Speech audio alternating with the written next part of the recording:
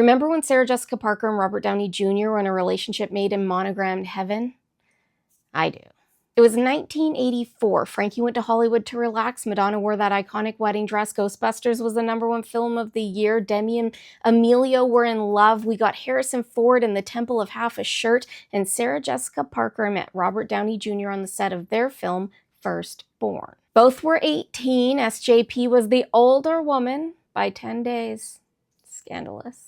Both SJP and RDJ had stars on the rise and soon started dating. They moved in together quickly and bounced between both coasts as they continued building their careers. Sarah Jessica appeared in Footloose and Girls Just Want to Have Fun. While Robert had an uncredited role in the latter, he also appeared in Weird Science and joined SNL for a year in 1985.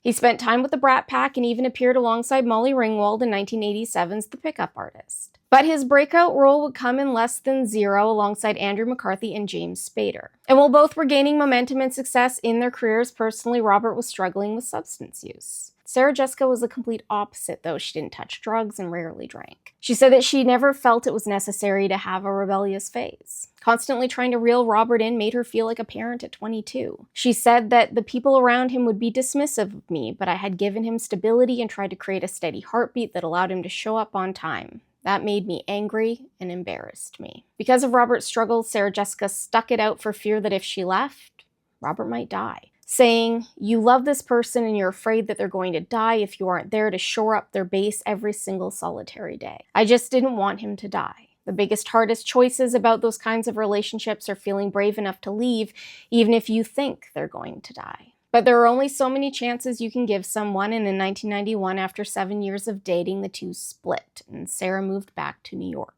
That summer, she met John F. Kennedy Jr., she sure liked those juniors, at the theater. They dated for a few steamy months. It's rumored that SJP surprised JFK Jr. at the airport once in nothing but a fur coat and high heels. But alas, she was not to be America's princess, and the two were donezo after 6 months, most of which they were constantly followed around by the paparazzi to the point where Sarah Jessica said that they could be somewhere without another soul in sight and somehow there would be photos in the tabloids the next day. She had no idea what real fame was until she met John, but that he was also so absurdly good looking that it felt unfair standing next to him. As for Robert, he knew that he was the reason why it didn't work with Sarah Jessica, saying, "I like to drink and I had a drug problem," and that didn't jibe with Sarah Jessica because it's the furthest thing from what she is. She provided me with a home and understanding. She tried to help me. She was so miffed when I didn't get my act together. And he wouldn't get his act together for years. In 1992, he married Deborah Falconer after only dating for 42 days. They had their one and only fetal collab, Indio, in 1993. And he would be in and out of rehab and prison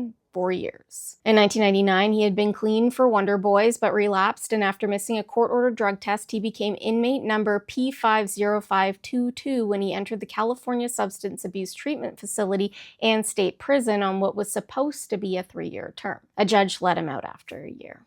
In 2003, he met producer Sarah Levin while both were working on Gothica. He was in the middle of finding his sobriety and was sober enough for Sarah to agree to a date, even though she said he was kind of weird after he brought his own packaged oatmeal to a Japanese restaurant. Robert proposed within 3 months. He was still technically married to Deborah. While Susan did eventually accept his proposal, she insisted on a very long engagement and told him he had to give up the drugs. He has been sober ever since. The two were married in 2005 and have worked on multiple projects together, including Iron Man 2 and Due Date. They welcomed their first fetal collab, Exton, in 2012 and their second, Avery, in 2014. As for Sarah Jessica, well, we'll cover that in the next one. Thanks so much for watching. I hope you liked this one. If you did, please save and share it with your friends. It really does help. And don't forget to follow me on the gram and the tube just in case. We also have stickers and pins and bookmarks to further your indoctrination. Good day, and may the cult be with you.